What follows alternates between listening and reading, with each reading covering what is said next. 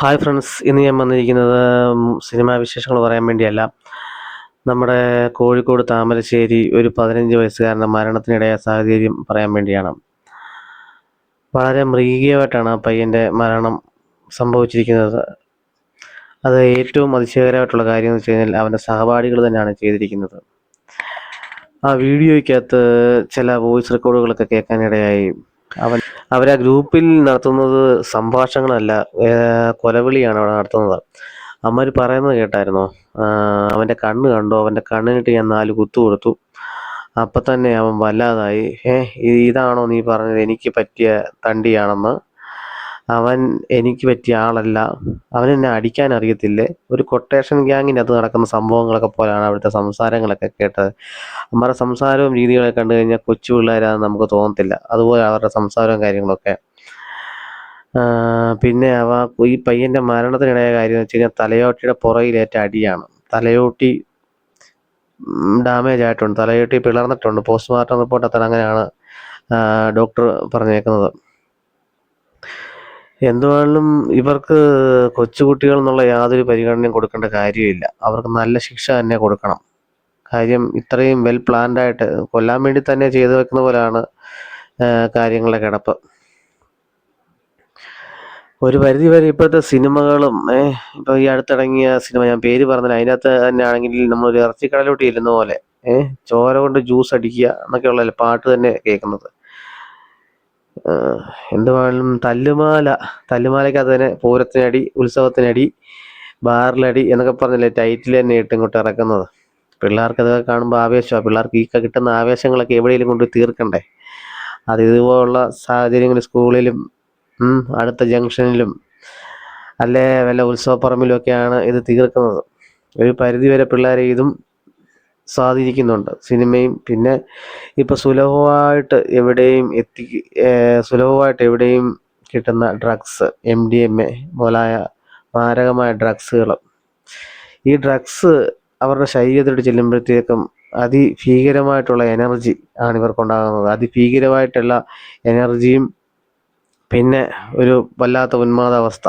അപ്പോൾ ഡെയിലി ഇത് ഉപയോഗിക്കുന്ന ഒരാൾ അഡിക്ഷനിലേക്ക് കിടക്കുന്നു. എന്താണ് അഡിക്ഷൻ? അതായത് എന്താണ് ഈ MDMA? MDMA എന്ന് പറഞ്ഞാൽ മെത്തലിൻ ഡിയോക്സി മെത്താഫിറ്റമിൻ എന്ന ഒരു സിന്തറ്റിക് ഡ്രഗാണ്. ഈ സിന്തറ്റിക് ഡ്രഗ് നമ്മുടെ ശരീരത്തിലേക്ക് പ്രവേശിക്കുമ്പോൾ നമ്മുടെ ശരീരത്തിൽ സെറട്ടോണിൻ എന്ന് പറയുന്ന ഒരു പ്രത്യേക ഹോർമോൺ ഉൽപ്പാദിക്കപ്പെടുന്നു. തന്മൂലം അതിഭീകരമായ എനർജിയും അതിഭീകരമായ ഒരു ആനന്ദവും നമ്മുടെ ശരീരത്തിൽ കിട്ടുന്നു. അപ്പം തന്മൂലമാണ് ഓരോരുത്തർ അമാനുഷികമായിട്ടുള്ള കാര്യങ്ങളൊക്കെ ചെയ്യുന്നത്. അതായത് ഇപ്പം ചിലർ ആളുകളെ വളരെ മൃഗീയമായി വെട്ടിക്കൊല്ലുന്നു, രക്തം കണ്ടാലും പേടിയാവുന്നില്ല, ഉറങ്ങാതെ ഓണായിട്ടിരിക്കുന്നു. അങ്ങനെ ചിലർ പറഞ്ഞേക്കാൾ ഓണായിട്ടിരിക്കുമെന്ന്. അതിതാണ് ഈ പാർട്ടികളിലൊക്കെ പങ്കെടുക്കുന്ന ആളുകളൊക്കെ വളരെ അമാനുഷികമായിട്ട് ഡാൻസ് കളിക്കുന്നു, പാട്ട് പാടുന്നു, മണിക്കൂറുകളോളം നൃത്തം ചെയ്യുന്നു, അവർക്ക് ക്ഷീണമില്ല. അപ്പം ഇതാണ് അതിൽ പ്രവർത്തിക്കുന്നത്. സെറട്ടോണിൻ പ്രവർത്തിക്കുകയാണ്. അതൊരു മണിക്കൂറുകളോളമാണ് അതിൻ്റെ എഫക്റ്റ് നിൽക്കുന്നത്. മദ്യം പോലൊന്നും അല്ല, മണിക്കൂറുകളോളം അല്ലെങ്കിൽ ഒരു ദിവസം ഒക്കെ അതിൻ്റെ എഫക്റ്റ് ഇങ്ങനെ നിൽക്കും. അപ്പോൾ അത് കാരണം ഇവർക്ക് വളരെ എനർജി ആയിട്ട് നിൽക്കാൻ സാധിക്കുന്നു. ഇതിലേക്ക് കടക്കുന്ന യുവത്വം പിന്നെ ഇവർക്ക് ഈ എനർജി ഇല്ലാതെ മുന്നോട്ട് നീങ്ങാൻ സാധിക്കുന്നില്ലെന്ന ഒരവസ്ഥയിലേക്ക് എത്തുന്നു. അങ്ങനെയാണ് അഡിക്ഷനിലേക്ക് കടക്കുന്നത്. പക്ഷേ ഇത് സ്ഥിരം ഉപയോഗിച്ചിട്ട് ഒരാൾ ഇത് പെട്ടെന്ന് നിർത്തുമ്പോൾ അവർക്ക് സംഭവിക്കുന്ന കാര്യം എന്ന് വെച്ച് കഴിഞ്ഞാൽ വിഡ്രോവൽ സിംറ്റംസ് കാണിക്കാൻ തുടങ്ങുന്നു. അതായത് ഹാലൂസിനേഷൻ, പിന്നെ ഒരാൾ കൊല്ലാൻ വരുന്നതായിട്ടുള്ള ഫീലിംഗ്, ഉറക്കത്തിൽ ഞെട്ടിയണയുക അല്ലെങ്കിൽ ഉറക്കമില്ലാത്ത അവസ്ഥ, അങ്ങനെയുള്ള മാരകമായ അതിഭീകരമായ അവസ്ഥയിലേക്ക് ഇവർ കടക്കുന്നു. അപ്പോൾ അങ്ങനെയുള്ളവരാണ് വീട്ടിൽ ബഹളം ഉണ്ടാക്കുകയും മറ്റു കാര്യങ്ങളിലേക്ക് കടക്കുന്നത്. ഈ കഴിഞ്ഞ ദിവസം തന്നെ അഫാൻ്റെ ഒരു കേസ് കണ്ടില്ലേ? വീട്ടിലുള്ള ആളുകളെല്ലാം അവൻ കൊന്നിരിക്കുകയാണ്. അവൻ സ്നേഹിക്കുന്ന പെണ്ണ്, അനിയൻ, അങ്ങനെയുള്ള ആളുകളെല്ലാം അവൻ കൊന്നിരിക്കുകയാണ്. ഇപ്പം അവൻ്റെ കേസിൽ ഈ ഡ്രഗ് അല്ല, എന്നാലും ഒരു പരിധി വരെ ഈ ഡ്രഗാണ് ചെറുപ്പക്കാരെ നശിപ്പിക്കുന്നത്. പിന്നെ സിനിമയും നേരിയ പങ്ക് വഹിക്കുന്നുണ്ട്. അത് നോർമലായിട്ട് എല്ലാവരും ഈ സിനിമയും കാര്യങ്ങളൊക്കെ കാണുന്ന ആളുകളാണ്. പക്ഷേ സൈക്കോ ആയിട്ടുള്ള ആളുകളിലേക്ക് ഇത് അവർ വേറെ രീതിയിലായിരിക്കും എടുക്കുന്നത്. അപ്പോൾ ഇതൊക്കെയാണ് നമ്മുടെ പുതിയ തലമുറയെ ഈ നാശത്തിലേക്ക് നമ്മളെയല്ല, പുതിയ തലമുറയെ നയിക്കുന്ന വഴികൾ. അപ്പോൾ ആ വഴികളൊക്കെ തടയണം. കൂടുതലും ഇപ്പോൾ ഒരു കഴിഞ്ഞിടെ ഒരു വീഡിയോ ഒരു റെക്കോർഡ് കേട്ടായിരുന്നു. കഴിഞ്ഞ ദിവസം ഒരു വീഡിയോ റെക്കോർഡ് കേട്ടായിരുന്നു. ലോറി വഴി ആണ് കൂടുതൽ ഈ ഡ്രഗ്സ് നമ്മുടെ ഈ കേരള സംസ്ഥാനത്തിലോട്ട് എത്തുന്നത്. അപ്പോൾ അതിനായി അവർ കൂടുതൽ കോഡുകളും മറ്റും ഉപയോഗിക്കുന്നുണ്ടെന്നാണ് അറിവ് കേട്ടത്. ആ കോഡ് അനുസരിച്ചാണ് ഇവർ ചരക്ക് ഇങ്ങോട്ട് കടത്തുന്നത്.